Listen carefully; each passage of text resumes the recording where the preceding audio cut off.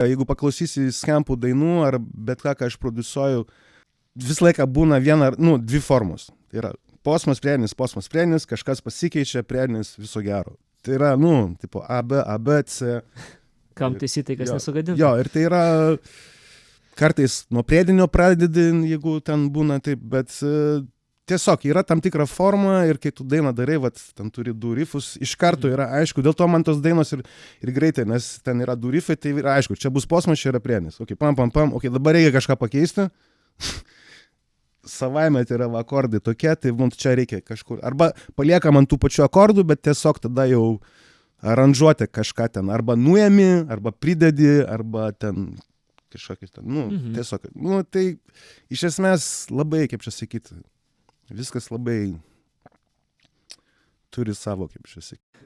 O kai, pavyzdžiui, akordus kurie, ne kažkokia harmonija.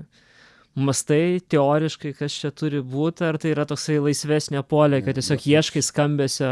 Aš teorijos ir taip nežinau. Aš žinau akordus C, D, E, Do, Re, Mi, aš tą žinau, bet aš teorijos tikrai nežinau, aš esu ganėtinai savamokslis, lankiau kažkada džiazo pamokas, bet lankiau džiazo pamokas, kai man buvo ten 15 metų ir lankiau ten kokias 4 pamokas. Tai tada ir išmokau Summertime groti ir dėl to ir Summertime vėliau įrašėm.